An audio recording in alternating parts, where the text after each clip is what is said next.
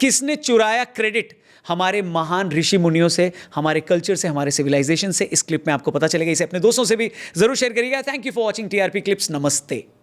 कितने लोग कहते हैं फिबोनाची सीरीज, सब लोग बोलते हैं, मैं कई बार इस बात को बोलता हूँ कि फिबोनाची सीरीज सबको पता है, बायोलॉजी से लेकर मैथमेटिक्स तक इस फिबोनाची सीरीज का यूज़ है। फिबोनाची सीरीज इज 0 1, फिर 0 + 1 = 1, फिर 1 + 1 = 2, 2 + 1 = 3, इस तरह से सीरीज है। ठीक है, फिबोनाची ने बनाई, सबको ये लगता है नाम ही फिबोनाची है। उस किताब के पहले चैप्टर पे जो एक्नॉलेजमेंट होता है उसमें फिबोनाची ने लिखा खुद कि ये एक पिंगल करके ऋषि थे भारत में। मैंने उनका सामान देखा, उनका काम देखा, मैंने उसको ट्रांसलेट करके ये है। This is translation, this is not my theory. अंग्रेजों ने वो पहला चैप्टर हटा दिया और उसका नाम रख दिया फिबोनाची सीरीज। और भारतीय जो कर रहा है वो खुद दे रहा है, बट अंग्रेजों ने हटा दिया उसको। अरे मैंने खुद फिबोनाची सीरीज के नाम से पढ़ा है। मैंने इंजीनियरिंग तक में फिबोनाची सीरीज पढ़ी, लेकिन मुझे कभी नहीं पता था ये इंडियन सीरीज है। हम एटॉमिक थ्योरी पढ़ते हैं, किसने किया? डाल्टन ने किया। डाल्टन ने थोड़ी ना किया, इट वॉज फार फार अगो। आज से 2600 साल पहले ऋषि कनड थे, कण से बनाए कण। वो कण में काम करते थे, वो चावल कलेक्ट करते थे, कण वो बीनते रहते थे चावल। तो लोगों ने उनका नाम कण रख दिया कि ये तो कणड़ है, कण के पीछे घूमते रहते हैं। बट उनके कण में चावल के बीनने का उनका सिद्धांत ये था कि इसी कण को मिला करके एक फैमिली फीड हो सकती है, एक देश फीड हो सकता है। और वो कणों में ही उनका अध्ययन होता था। तो वो चावल को कूटा करते थे। फिर कूटते कूटते उन्होंने जो ऑब्जर्व किया कि चावल को कितना भी कूट दो, लेकिन एक पॉइंट पे कोई ऐसा पॉइंट आएगा जब आप और कूट नहीं पाओगे उसको, और छोटा नहीं कर पाओगे। और उन्होंने थ्योराइज किया कि जो सबसे छोटा पार्ट है उसको हम बोलेंगे परम अणु। परम मीन्स एक्सट्रीम, अणु मीन्स स्मॉल। तो सबसे छोटा इनडिविजिबल पार्ट जिसको आप फर्दर डिवाइड नहीं कर सकते वो होगा परमाणु। परमाणु क्या होता है? एटम। ठीक है, तो एटम, अंग्रेजी ने एटम लग दिया, उसका नाम एटॉमिक थ्योरी बन गई, डाल्टन आ गए बीच में। So he said this. Number 2 he said इसके आगे इसको आप डिवाइड नहीं कर सकते और ये आंख से दिख नहीं सकता, माइक्रोस्कोपिक है। देन ही सेड कि एटम की प्रॉपर्टीज यूनिक होती हैं। आज भी एटॉमिक थ्योरी में एटम की प्रॉपर्टी यूनिक होती है। ठीक है। And then this is something which he did which is the most extraordinary part of this. He said मैं एटम की साइज निकालता हूँ without using a microscope, and this is all in text. ठीक है, ही सेड कि atom को अंगुली से नापना शुरू करते हैं। तो ही सेड एक अंगुली में, एक अंगुल में, अंगुल इज अबाउट 1 to 1.5 सेंटीमीटर, ये जो हिस्सा होता है। करेक्ट। एक अंगुल में 8 × 8 × 8 6 टाइम्स इतने एटम्स होते हैं। तो 8 एटम का कुछ रथ धुरी होता है, फिर 8 रथ धुरी का कुछ और होता है, फिर करते करते करते ही होल फॉर्मूला इज देयर। अब अगर आप इससे फॉर्मूला निकालोगे, so this divided by 8 × 8 × 8 6 times, तो एक एटम की साइज आएगी लगभग 6 × 10⁻⁻8 एटम की इतनी साइज आएगी। मॉडर्न थ्योरी में एटम की साइज इससे थोड़ी छोटी होती है, 10⁻⁻10 होती है, उस यूनिट्स में होती है। But he got it to the order of 100 accurate without using a microscope. चावल के कण से एटम की साइज निकाल ली कनड ने टू द एक्यूरेसी, इतनी एक्यूरेसी 10⁻⁻8 तक पहुंच गए वो, और -10 is the right answer. And he got it so right. जब सारी दुनिया ब्रेड के टुकड़ों में उलझी हुई थी कि कितना टुकड़े टुकड़े टुकड़े कर पाएंगे, अभी खत्म हो गया, एटम के बारे में तो किसी ने सोचा ही नहीं। They had no clue, the Europeans had no clue, nobody, not even Chinese काफ़ी तेज थे वैसे, लेकिन नो बडी थॉट कि कुछ इनविजिबल और इनडिविजिबल हो सकता है आज से 2600 साल पहले। And that was Kanad. We don't know. Atom theory Dalton. अब पढ़ाओगे नहीं तो पता कैसे लगेगा? मैं ये नहीं कह रहा कि डाल्टन से आप क्रेडिट ले लो, डाल्टन ने एक्सपेरिमेंटल चीज़ की, and I have great respect for him. But Kanad had theorized it. See, imagining is as powerful as doing it. Correct. There was no microscope then, so he could not accurately find the size of it. But he still got it right. And boy, did he get it right. In science, that would be very good accuracy. Rigved predicts the age of universe and the age of the solar system. अब ये किसी को नहीं पता होता। ऋग्वेद में there is something called Brahma का दिन. So वो कहते हैं कि जो ब्रह्मा भगवान है वो 100 साल जिएंगे। 100 ब्रह्मा के साल is 311 trillion human ears. Trillion मतलब बिलियन। क्योंकि इसको सीरियल्स में ऐसे दिखाया गया है कि ब्रह्मा के लिए एक ऋषि लड़ने गए, हाँ। तो जब वो वापस आए तब तक सब चेंज हो गया था। जाएगा क्योंकि ब्रह्मा का एक दिन और एक रात, यानी कि कल्प दिन होता है, प्रलय रात होती है।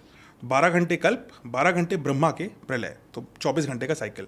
एक दिन में सृष्टि का सृजन और प्रलय हो जाता है, और ऐसा 100 साल तक होगा ब्रह्मा के, यानी, और ह्यूमंस में 311 ट्रिलियन ईयर्स, 1000 बिलियन का 1 ट्रिलियन होता है। अब इसको थोड़ा मैथ को तोड़ते हैं, और ऋग्वेद में लिखा है, और ये मैं नहीं, कार्ल सेगन ने कैलकुलेट किया था, अमेरिकन को लगा कैलकुलेट करने, हम नहीं कर पाए। तो he says, and he one of the greatest scientific communicators, वो बोलते हैं कि ब्रह्मा का एक दिन is equal to 8.6 billion years. आपको सिर्फ मैथ डिवाइड करनी ठीक है। 8.6 बिलियन ईयर्स, 8.6 बिलियन ईयर्स यानी 8.6 का दिन और रात, 8.6 का आधा कितना हुआ? 4.3।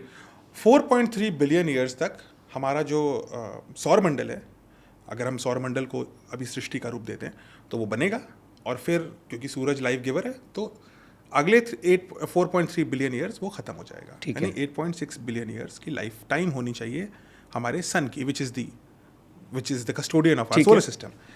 सन की आयु इस समय है 4.5 बिलियन ईयर्स, और sun is a middle age star. Accurate?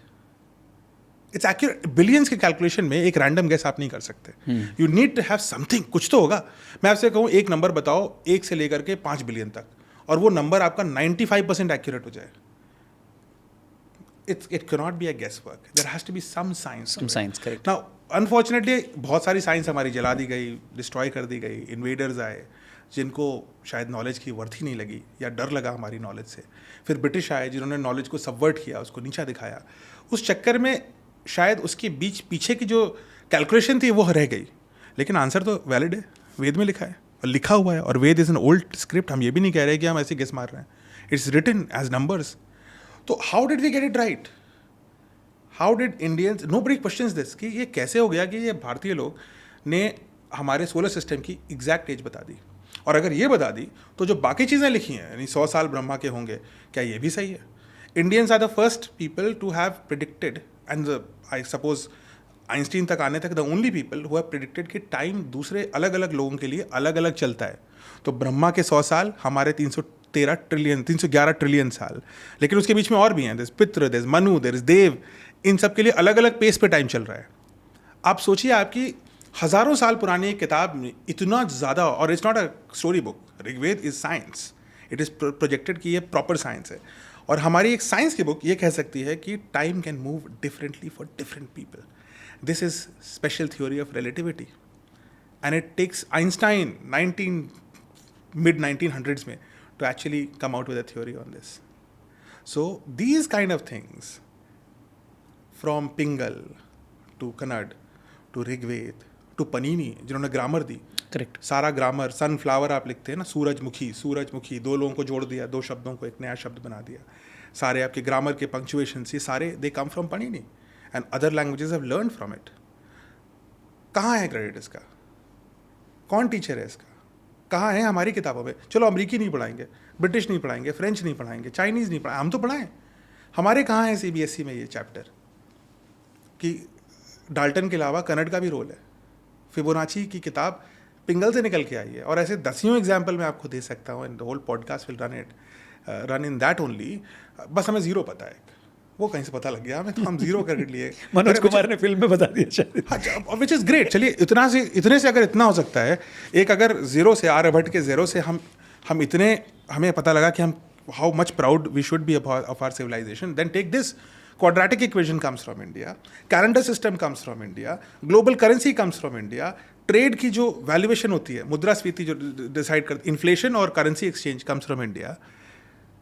Everything from how coins should be made, valuation कैसे होनी चाहिए, इकोनॉमी कैसे चलेगी, प्राइसिंग कैसे किसी चीज़ की डिसाइड होगी, सब इकोनॉमिक थ्योरीज। शल्य चिकित्सा, surgery comes from India, rhinoplasty comes from India, designing different equipments for different surgery comes from India, plant based medicine, Ayurveda comes from India, वो तो पता है हमें। योग केम फ्रॉम इंडिया, हम हंस रहे थे 10 साल पहले तक योग के ऊपर, अपने योग के ऊपर हम ही हंसते थे। तो अब सारी दुनिया, न्यूयॉर्क में पार्लर खुले हुए हैं योगा के, वो योगा कर दिया तो वो हिट हो गया, योग था तब तक नहीं हिट था। सो दोज ऐसे कितनी सारी चीज़ें हैं जो भारतीय हैं, क्योंकि ये दुनिया की सबसे पुरानी सिविलाइजेशन है सर्वाइविंग। इस सिविलाइजेशन में अगर कोई अंतरिक्ष यात्री होता, हमारे सिविलाइजेशन का नहीं, मतलब किसी और देख रहा होते लोग हमें, एलियंस।